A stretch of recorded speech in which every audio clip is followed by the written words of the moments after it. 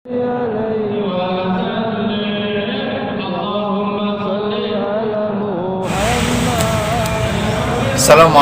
warahmatullahi wabarakatuh. Sebelum kita melanjutkan kajian kita sore hari ini, marilah sama-sama kita berdoa kepada Allah agar kita dilindungi dari ujian yang Allah berikan kepada kita semua. Ijazah dari guru kami adalah doa. Bismillahirrahmanirrahim. Marilah sama-sama kita berdoa.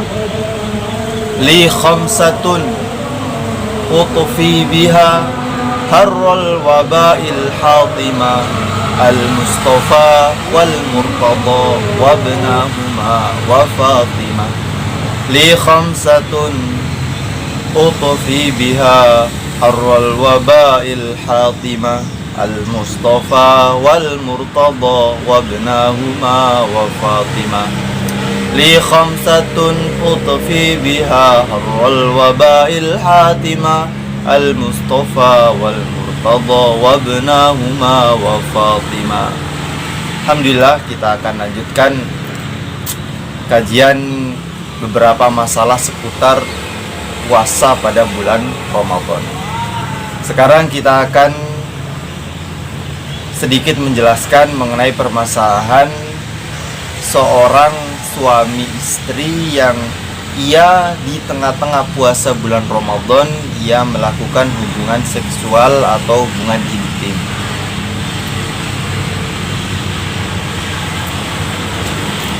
Bismillahirrahmanirrahim. Langsung saja pertanyaan.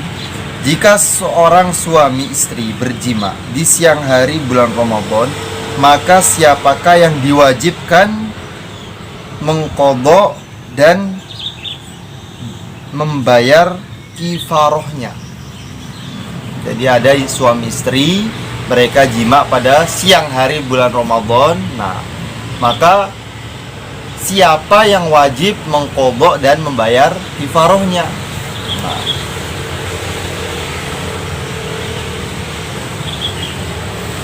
pendapat yang paling sahih, kewajiban kafaroh hanya bagi suami saja. Akan tetapi yang mengqadha, kedua-duanya wajib mengqadha, tapi yang membayar kifarohnya hanya suami saja. Akan tetapi terdapat beberapa pendapat mengenai kewajiban kafaroh hubungan jima ketika siang hari pada bulan Ramadan. Pendapat yang pertama, kewajiban kafaroh khusus bagi suami. Ini pendapat yang paling sahih. Kafaroh khusus bagi suami, akan tetapi qadha untuk kedua-duanya. Jelas kalau qadha tidak ada khilaf, semuanya wajib qadha. Yang ada perbedaan pendapat hanya untuk kifaroh ataupun kafaroh, siapa yang wajib membayarkan. Nah, pendapat yang pertama, yang wajib membayarkan adalah suami. Kemudian pendapat yang kedua, kewajiban kafaroh bagi suami untuk dirinya dan untuk istrinya. Satu yang dibayarkan, akan tetapi untuk istri dan suami. Jadi oleh suami wajib membayar kafaroh, niatnya kafaroh untuk dirinya dan untuk istrinya. Pendapat yang ketiga, masing-masing suami istri wajib mengeluarkan kafaroh. Masing-masing suami istri wajib mengeluarkan kafaroh, wajib membayar kafaroh jima. Nah, ini pendapat yang ketiga. Akan tetapi pendapat yang paling sahih adalah pendapat yang pertama, yaitu suami yang mengeluarkan kafarohnya, yang membayarkan kafarohnya. Pendapat paling sahih adalah yang menyatakan kewajiban kafarot khusus bagi suami sebagai denda buatnya sendiri, dan untuk istri tidak wajib sesuatu pun kecuali qadha. Nah, suami qadha dan kafaroh, istri hanya mengqadha saja. Kemudian ada pendapat yang keempat, kewajibannya bagi suami hanya saja dia wajib mengeluarkan 2 kafarat dari hartanya. 1 kafarat untuk dirinya dan 1 kafarat untuk istrinya. Ini adalah pendapat Al-Imam Ad-Darimi dan yang lain dari kitab Al-Majmu' ala Syarhil Muhadzab wallahu a'lam. Nah, ada 3 pendapat yang urutannya kafarohnya suami dan mengqadha suami istri. Yang kedua, mengqadha suami istri, kafarohnya suami saja dan diniatkan untuk istrinya juga 1 kafaroh. Pendapat yang ketiga, dua-duanya membayar kafaroh dan mengqadha. Nah, pendapat yang keempat ini Al-Imam Ad-Darimi dan yang lain, suami mengeluarkan 2 kafaroh. Kafaroh yang pertama untuk dirinya dan kafaroh yang kedua untuk istrinya. Wallahu a'lam bishawab. Kemudian masalah dahak saat sholat dan puasa. Jadi biasanya orang ketika sholat bahkan ketika puasa ada terasa dahak. Mungkin karena kehausan kah, atau mungkin karena hal lain. Ini permasalahan mengenai dahak. Karena sebagaimana diketahui, menelan dahak ketika kita sedang sholat ataupun ketika sedang puasa dapat membatalkan sholat dan puasa kita. Nah, sekarang pertanyaannya, kalau memang benar menelan dahak dapat membatalkan sholat dan puasa, sampai di manakah batasan-batasannya? Yang kedua, adakah seorang ulama ataupun seorang imam yang mengatakan menelan dahak itu tidak membatalkan sholat? Jawabannya yang pertama, batasan menelan dahak yang dapat membatalkan sholat dan puasa adalah menelan dahak yang keluar dari batasan zahir, yaitu batasan luar, lalu ditelan sampai ke dalam, yaitu batin. Adapun batasan zahir sendiri masih khilaf para ulama. Menurut Al-Imam Ar-Rafi'i adalah makhrajnya huruf kha, ujung tenggorokan. Ujung tenggorokan ini adalah batasan zahir. Sedangkan menurut Al-Imam An-Nawawi adalah makhrajnya ha, tengah tenggorokan. Konsekuensinya adalah dahak ditelan hingga memasuki batasan-batasan tersebut, maka dapat membatalkan sholat ataupun puasa. Nah, adakah imam yang mengatakan menelan dahak itu membatalkan sholat? Adakah imam yang mengatakan menelan dahak itu tidak membatalkan sholat? Jawabnya, tidak ada seorang pun yang tidak ada seorang ulama pun yang membolehkan menelan dahak. Jadi permasalahan menelan dahak, sampai mana batasan dahak yang membatalkan puasa ataupun sholat. Jadi dahak yang keluar dari zahir, jadi dahak yang keluar dari zahir tenggorokan, dari luar tenggorokan, kemudian masuk ke dalam, nah maka itu yang membatalkan sholat ataupun puasa. Sekarang zahirnya mana yang dikatakan batasan luar yang menyebabkan dahak itu dikatakan membatalkan puasa bila tertelan dan membatalkan sholat? Nah, para ulama khilaf. Kalau Al-Imam Ar-Rafi'i, beliau mengatakan batasannya adalah di ujung tenggorokan, makhrajnya huruf kha. Nah, kok dahak sudah keluar lewat sini, keluar, nah kemudian kok kita telan melewati ujung tenggorokan ini, maka sholat kita, puasa kita pun batal. Nah, itu dahak yang keluar dari ujung tenggorokan. Akan tetapi menurut Al-Imam Nawawi, yang dikatakan zahirnya itu di tengah tenggorokan, makhrajnya huruf ha, tengah tenggorokan. Jadi kalau masih dahaknya dari dari ujung tenggorokan, kemudian dia masuk kok belum sampai tengah, maka tidak membatalkan berpuasa. Nah, kemudian sekarang permasalahan minum sisa air berkumur. Minum sisa air berkumur. Biasanya ini terjadi orang-orang yang sikat gigi ataupun ketika berwudu berkumur kemudian masih ada sisa-sisa air. Ini bagaimana hukumnya seseorang meminum air sisa kumuran ataupun sisa sikat gigi yang selepas ia lakukan? Nah, jawabannya tidak boleh. Kenapa? Karena masih bisa dia pisahkan. Masih bisa dia pisahkan mana terasa air ludah, mana bekas sisa kumur, sehingga bila menelan air bekas berkumur ataupun sikat gigi yang telah ia lakukan, maka dapat membatalkan puasa. Wallahu a'lam. Kemudian permasalahan berbuka puasa. Sebagian orang mereka menunggu berbuka sambil menonton televisi, sehingga ketika waktu yang di televisi sudah berbuka maka dia pun ikut berbuka. Nah, sekarang permasalahannya, bolehkah mengikuti waktu maghrib daerah lain yang mendahului daerahnya sendiri? Karena bisa jadi dia di suatu daerah akan tetapi menonton channel daerah lain, otomatis waktu maghribnya pun berbeda.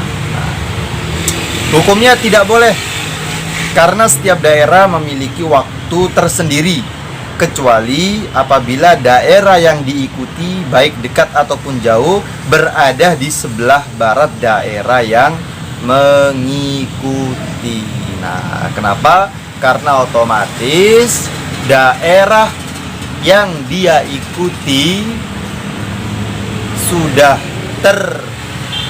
otomatis daerah yang dia ikuti waktu masuk maghribnya lebih lambat daripada daerahnya sendiri. Otomatis daerahnya sendiri sudah lebih dahulu masuk waktu maghrib. Kemudian sebenarnya apa yang menjadi patokan waktu maghrib di daerah yang tidak mengetahui terbenamnya matahari? Jawabannya, daerah yang tidak mengalami matahari terbenam seperti daerah kutub, maka waktu sholatnya mengikuti daerah yang paling dekat dengan daerah tersebut. Sedangkan daerah yang mengalami terbenam matahari, akan tetapi untuk mengetahuinya secara langsung masih terhalang oleh gunung ataupun bangunan, maka waktu maghribnya menunggu hilangnya bias. Waktu maghribnya menunggu hilangnya bias cahaya matahari daerah yang mengalami terbenamnya matahari. Kalau bisa melihat terbenam secara langsung, artinya tidak terhalang oleh apapun, maka waktu maghribnya ketika tenggelamnya seluruh bundaran matahari, walaupun bias masih ada, walaupun masih ada bias cahayanya. Ini kalau bisa melihat secara langsung matahari terbenam, kapan masuk waktu maghrib? Bundaran full matahari terbenam, masuklah waktu maghrib walaupun masih ada cahaya-cahayanya, bias cahayanya masih ada. Akan tetapi daerah-daerah yang tidak bisa melihat terbenam matahari secara langsung, mungkin terhalang bangunan ataupun pegunungan, maka waktu maghribnya yaitu setelah hilangnya bias ataupun cahaya, sisa-sisa cahaya matahari dari daerah yang dapat melihat terbenamnya matahari. Wallahu a'lam. Akan tetapi sekarang mudah, sangat mudah sekali. Sudah banyak jadwal-jadwal dari Kementerian Agama di setiap provinsi, di setiap kabupaten kota sudah ada waktu masing-masing. Wallahu a'lam. Sekarang masalah orang yang sedang menyusui, seorang ibu yang sedang menyusui ataupun yang sedang hamil, bolehkah mereka berbuka ataupun tidak berpuasa, iftar? Bolehkah mereka tidak berpuasa pada bulan Ramadan? Pada hakikatnya, seorang yang sedang menyusui ataupun yang sedang hamil, dia disamakan dengan orang yang sakit. Dalam arti boleh bagi dia untuk tidak berpuasa. Kalaupun dia berpuasa, boleh puasa dan itu baik baginya. selama tidak membahayakan dirinya ataupun membahayakan kandungannya ataupun membahayakan anaknya. Kemudian permasalahan untuk orang yang tidak berpuasa, seorang wanita yang hamil ataupun yang menyusui yang dia tidak berpuasa. Apa kewajiban dia setelah bulan Ramadan, setelah dia mampu berpuasa? Yang pertama, kalau dia tidak berpuasa, dia dikarenakan dia khawatir terhadap dirinya sendiri. Dia tidak berpuasa, saya khawatir diri saya lemas, sehingga saya terkena bahaya ataupun yang lainnya, maka dia hanya wajib mengqadha puasa saja. Akan tetapi bila dia tidak berpuasa dikarenakan dia khawatir, kalau saya puasa nanti bayi saya akan sakit, dia khawatir terhadap bayinya ataupun janinnya. Kalau dia hamil, yaitu dia khawatir terhadap janinnya.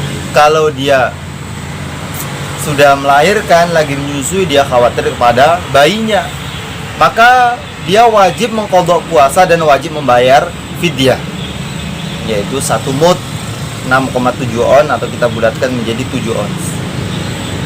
Kemudian apabila dia tidak berpuasa dikarenakan dia khawatir terhadap dirinya sekaligus khawatir terhadap kandungan ataupun bayinya, maka sama seperti dia khawatir terhadap dirinya sendiri, dia wajib mengqadha puasanya saja, tidak wajib membayarkan fidyah. Selanjutnya mengenai seorang yang pekerjaannya adalah supir bis. Bolehkah dia selama bulan Ramadan dia tidak berpuasa dikarenakan dia tergolong musafir, orang yang berpergian, karena dia mengantar orang-orang yang melewati suatu daerah ke daerah lain? Jawabannya, tidak boleh bagi supir untuk dia tidak berpuasa, karena seandainya diperbolehkan dia untuk tidak berpuasa, maka dia tidak akan berpuasa selamanya. Karena waktu Ramadan dia supir, waktu di luar Ramadan pun dia nyupir. Waktu yang wajib saja dia tidak bisa mengerjakan, apalagi dia mengqadha, lebih tidak bisa lagi. Jadi seorang yang pekerjaannya supir, dia tidak boleh meninggalkan puasanya. Akan tetapi menurut Al-Imam Ibnu Hajar, seorang sopir dia boleh untuk tidak berpuasa dengan syarat dia harus berniat mengqadhanya, dan dia mengqadhanya di waktu-waktu yang mana siang harinya lebih pendek daripada ketika bulan Ramadan. Wallahu a'lam. Kemudian masalah mencicipi makanan. Biasanya ibu-ibu ataupun adik-adik yang suka masak menjelang berbuka puasa, dia untuk mengetahui rasanya agar tidak mengecewakan pelanggan yang bagi yang berjualan, maka dia mencicipi makanannya. Bagaimana hukum mencicipi makanan ketika sedang berpuasa? Hukumnya adalah boleh kalau memang ada hajat. Boleh mencicipi makanan, akan tetapi jangan ditelan. Kalau ditelan membatalkan puasanya.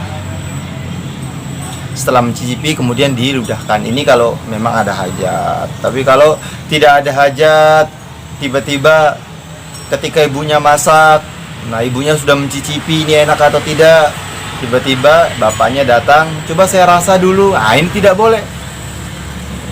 Seorang bapak tidak ada hajat untuk mencicipi makanan karena bukan dia yang memasak. Ataupun anaknya datang, mama, saya ingin cicip makanannya enak atau tidak. Ini tidak boleh. Makruh tidak membatalkan puasa, hanya saja makruh. Wallahu a'lam.